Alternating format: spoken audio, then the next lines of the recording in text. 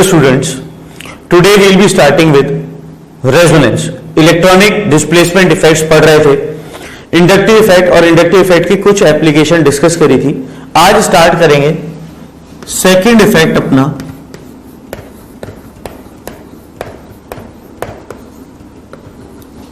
Resonance. Resonance की पहले definition लिखेंगे, फिर समझेंगे रेजोनेंस क्या है। तो पहली डेफिनेशन क्या है? delocalization of pi electrons in an conjugated molecule is known as resonance। अब यहां पर काफी सारे वर्ड्स ऐसे हैं, जैसे डीलोकलाइजेशन हो गया, कॉन्जुगेटेड हो गया। इन वर्ड्स का हमारे को मीनिंग मालूम नहीं है, मालूम पड़ेगा, थोड़ा सा टाइम और देना पड़ेगा हमारे को। अब दूसरी डेफिनेशन जो है, the phenomena by virtue of which more than one possible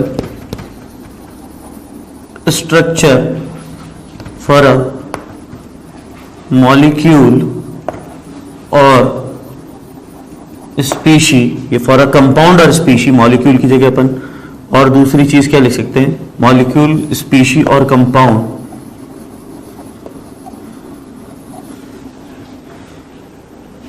The phenomena by virtue of which more than one possible structure for a molecule, species or compound is possible can be written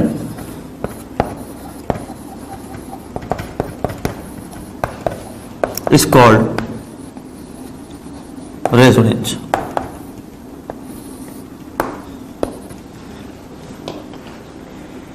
ऐसा phenomena जिस phenomena के द्वारा एक या एक से ज्यादा structure किसी एक कंपाउंड के लिए लिखा जा सके या स्पीशी के लिए लिखे जा सके, ये दूसरी अपने पास डेफिनेशन है। इस दूसरी डेफिनेशन का पॉइंट जो है, रेजोनेंस इज अ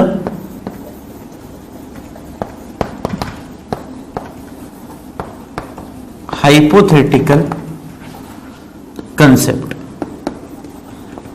रेजोनेंस जो है वो हमारे के लिए क्या है? हाइपोथेटिकल कंसेप्ट है। दी possible structures written for a compound or species are known as canonical structures or resonating structures and are hypothetical in nature। कुछ थ्योरी लिखेंगे। कैनोनिकल और resonating structures are insufficient to describe all the properties of compound or species completely।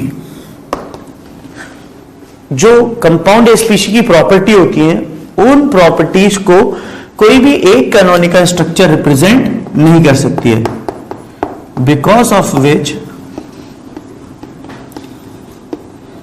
various possible resonating structures, RS मतलब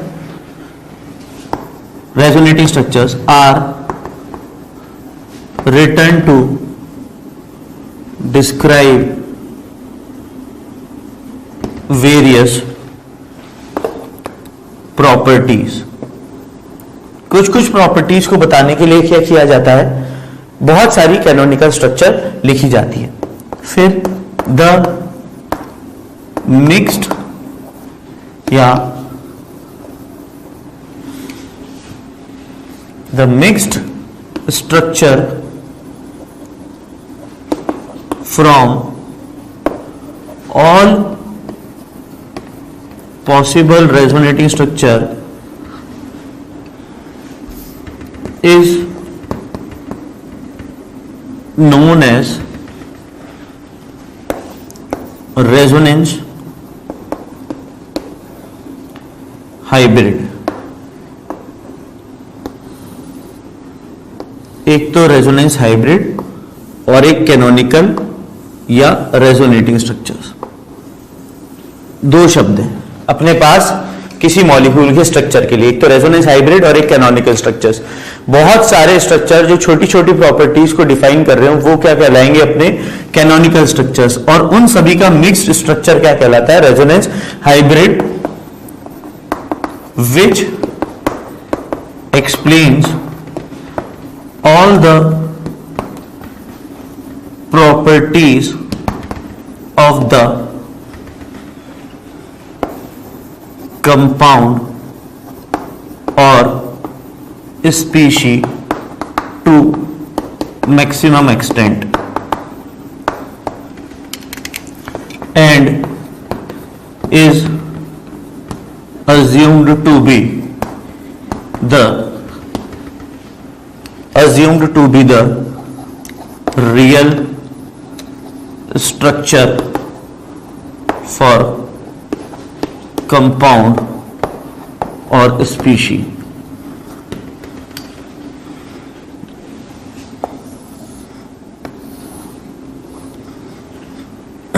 इधर ध्यान दो, यहां से note down कराओ पहले।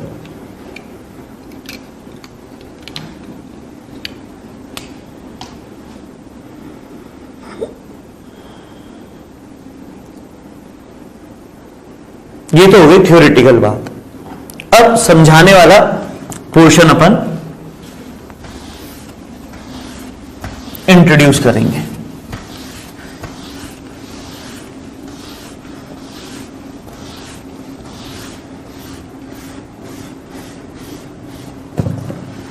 अब देखो समझाने वाले पॉइंट को कैसे समझा रहा हूं मैं आपको। जैसे सबसे पहले अपन ने डीलोकलाइजेशन ऑफ पाई इलेक्ट्रॉन्स बताया। बेंजीन है, बेंजीन के दो कैनोनिकल स्ट्रक्चर्स मैं यहां पर प्रेजेंट कर रहा हूं। ये कौन से स्ट्रक्चर्स हैं, केकुलेस स्ट्रक्चर। किसने दिए थे, केकुले ने दिए थे, इसलिए इन्हें केकुलेस स्ट्रक्चर बोला जाता है। क्या है ये, कैनोनिकल या फिर रेजोनेटिंग स्ट्रक्चर्स ऑफ बेंजीन। फिर एक रेजोनेंस हाइब्रिड है, बेंजीन रिंग, बीच में एक रिंग, इस रिंग को क्या बोला जाता है, रॉबिन्सन रिंग। रॉबिन्सन नाम के साइंटिस्ट ने दी थी, इसलिए इसे रॉबिन्सन रिंग बोला जाता है। और इस स्पीशी को क्या बोल रहे हैं अपन, रेजोनेंस हाइब्रिड ऑफ बेंजीन। अब सबसे पहले localised set of pi electrons. Localised set of pi electrons कौन सा होता है, the electrons shared by one atom. जब इलेक्ट्रॉन एक एटम शेयर करे तो उसे बोलते हैं लोकलाइज्ड सेट ऑफ इलेक्ट्रॉन। फिर है हमारे लिए delocalised pi electrons. Delocalised location fix नहीं है। डीलोकलाइज्ड का मतलब क्या है? The electrons shared bye more than one atom. ये बहुत खास बात है, लोकलाइज्ड इलेक्ट्रॉन और डीलोकलाइज्ड इलेक्ट्रॉन। अब यहां पर बात करूं तो नंबरिंग कर दूं 1 2 3 4 5 6 1 2 3 4 5 6। रैंडम नंबरिंग करिए बेटा, इस नंबरिंग का आईयूपीएसी से कोई भी लेना देना नहीं है। यहां पे लोकलाइज्ड और डीलोकलाइज्ड इलेक्ट्रॉन पेयर बता रहा हूं। जैसे अपन बात कर रहे हैं ethylene, we have localised pair of pi electrons. कैसे? CH2 डबल बॉन्ड CH2, इस कार्बन एटम का पाई इलेक्ट्रॉन C1 का C2 शेयर कर रहा है और C2 का C1 शेयर कर रहा है। लोकलाइज्ड मतलब किसी केवल एक एटम द्वारा शेयर किया जाए। एक एटम द्वारा कैसे? C1 का जो पाई इलेक्ट्रॉन है ये C2 शेयर कर रहा है और C2 का पाई इलेक्ट्रॉन केवल और केवल C1 शेयर कर रहा है। पाई इलेक्ट्रॉन कहां पर होंगे? C1 और C2 के बीच में। ये हमारे लिए क्या है? Localised pair of pi electrons. तो डीलोकलाइज्ड कौन से होंगे? सुनो बात को। इस पाई बॉन्ड में एक इलेक्ट्रॉन C1 का है, दूसरा एक इलेक्ट्रॉन C2 का है। तो C1 का इलेक्ट्रॉन कौन शेयर कर रहा है? यहां पर C2 शेयर कर रहा है। जबकि यहां पर क्या होगा? एक इलेक्ट्रॉन C6 का और एक इलेक्ट्रॉन C1 का। तो C1 का जो पाई इलेक्ट्रॉन है वो कभी तो 2 शेयर कर रहा है, कभी 6 शेयर कर रहा है। तो ये हमारे लिए क्या हो गया? Delocalised pair of electrons. Delocalisation, इसी को कॉन्जुगेशन भी बोलेंगे अभी आने वाले टाइम में। तो ये अपने लिए क्या हो गया? यहां पर अपन क्या लिखेंगे? C1 electron, C1 pi electron is shared by C2 and C6 both. ये क्या कहलाएगा? Delocalised pi electrons. C1 का इलेक्ट्रॉन C2 और C6 दोनों शेयर कर रहे हैं। C2 पर बात करो, C2 का पाई इलेक्ट्रॉन C1 और C2 का पाई इलेक्ट्रॉन C3। ये पाई इलेक्ट्रॉन्स भी क्या हो गए? डीलोकलाइज्ड हो गए। तो सारे के सारे डीलोकलाइज्ड है। C6 का C5 ने किया है और यहां पर C6 का C1 ने शेयर किया है। तो जब अपना इलेक्ट्रॉन किन्हीं दो एटम के बीच में शेयर हो रहा हो, उसकी पोजीशन ही फिक्स नहीं है, लोकेशन फिक्स नहीं है, डीलोकलाइज्ड। लोकेशन फिक्स है, C1 का इलेक्ट्रॉन C2 और C2 का इलेक्ट्रॉन C1 शेयर कर रहा है। Localised pair of pi electron, delocalised pair of pi electrons. जो इस सर्किल है ये किस चीज को बता रहा है? कि जो पाई इलेक्ट्रॉन्स हैं वो बेंजीन रिंग में क्या है?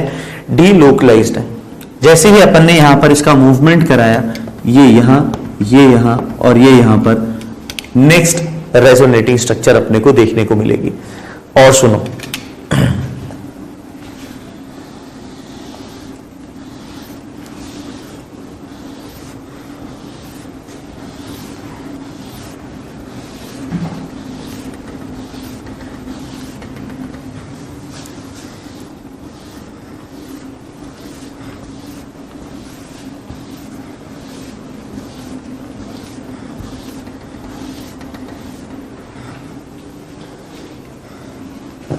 अब ऑर्बिटल व्यू दे रहा हूं आपको।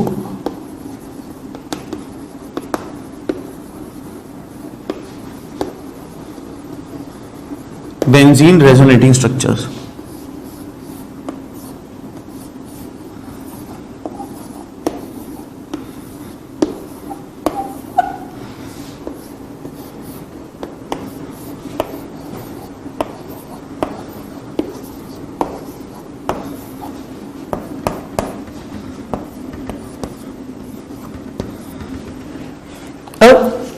यहां पर नंबरिंग कर दी 1 2 3 4 5 6 1 2 3 4 5 6।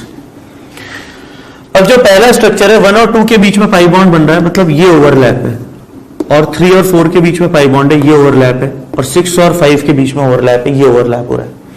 सेकंड रेजोनेटिंग स्ट्रक्चर में जो ओवरलैप है